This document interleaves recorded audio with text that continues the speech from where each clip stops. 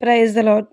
ఈరోజు మనం మత్తయి సువార్తలో 26 అధ్యాయంలో ఒక స్త్రీ గురించి వ్రాయబడి ఉంది. ఆ స్త్రీ ఒక పాపాత్మురాలని వ్రాయబడి ఉంది. కానీ ఆమె చేసిన పని, ఆమె చూపిన పశ్చాత్తాపం ఆమెను ఒక ఘనత పొందిన స్త్రీగా దేవుడు చేశాడు. ఆ స్త్రీ గురించి ఈరోజు ఈ వీడియోలో విందాం. లోకం ఆమెను ఒక పాపాత్మురాలిగా ముద్ర వేసింది. ఆమె నడిచే దారిలో అసహ్యపు చూపులు, వెనకాల వినిపించే నిందల మాటలు, ఆమె జీవితం చీకటిలో కూరుకుపోయిన ఒక విరిగిన పాత్ర.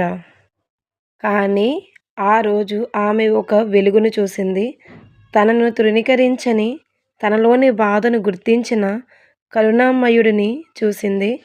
ఆయన పాదాల దగ్గర చేరినప్పుడు ఆమె కళ్ళలో నుండి ఆనంద బాష్పాలు వెల్లువెత్తాయి. తన పాపభారం అంతా ఆ కన్నీళ్లతో కడిగివేసింది. లోకమంతా ఆమెను వెలివేస్తుంటే యేసు ప్రభువు మాత్రం ఆమెను ప్రేమతో స్వీకరించారు. తన దగ్గర ఉన్న అత్యంత విలువైన అత్తరు బుడ్డిని పగలగొట్టి ఆయన పాదాలకు పూసింది. లోకమంతా ఆమెను వెలివేస్తుంటే యేసు ప్రభువు మాత్రం ఆమెను ప్రేమతో స్వీకరించారు. ఆమె చేసిన పని, ఆమె దగ్గర ఒక అత్తరు బుడ్డి ఉంది. అది చాలా ఖరీదైనది. ఆ కాలంలో 1 సంవత్సరం సంపాదనతో సమానం. ఆమె దాన్ని దాచుకోలేదు, అమ్ముకోలేదు. ఆ బుడ్డిని పగలగొట్టి ఆ అత్తరును యేసు పాదాల మీద పోసింది. తన కన్నీళ్లతో ఆయన పాదాలను కడిగింది. తన తల వెంట్రుకలతో తుడిచింది. దీని అర్థం తన దగ్గర ఉన్న అత్యంత విలువైన దానిని, తన గర్వాన్ని, తన జీవితాన్ని యేసు పాదాల చెంత పెట్టేసింది.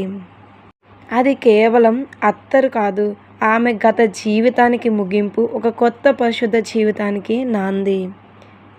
శిష్యులు ఆమె చేసిన పనిని వృధా అని విమర్శించారు. కానీ యేసు అన్నారు, ఈమె నా విషయమే ఒక మంచి కార్యము చేసినది.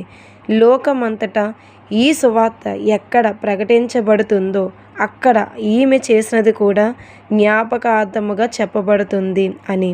అవును, మత్తయి సువార్తలో చెప్పబడిన ఈ వృత్తాంతం మనకు ఒకటే నేర్పిస్తుంది. నీ పాపం ఎంత గొప్పదైనా, నీ పశ్చాత్తాపం నిజమైతే దేవుని క్షమాపణ అంతకంటే గొప్పది. విరిగిన హృదయాలనే దేవుడు కోరుకుంటున్నాడు. ఆ స్త్రీలాగే మనం కూడా మన అత్యంత విలువైన భక్తిని ఆయన పాదాల చెంత ఉంచుదామా? అందరూ ఆమెను పాపాత్మురాలన్నారు, అసహించుకున్నారు. కానీ ఆమె కన్నీళ్లకు యేసు కరిగిపోయారు.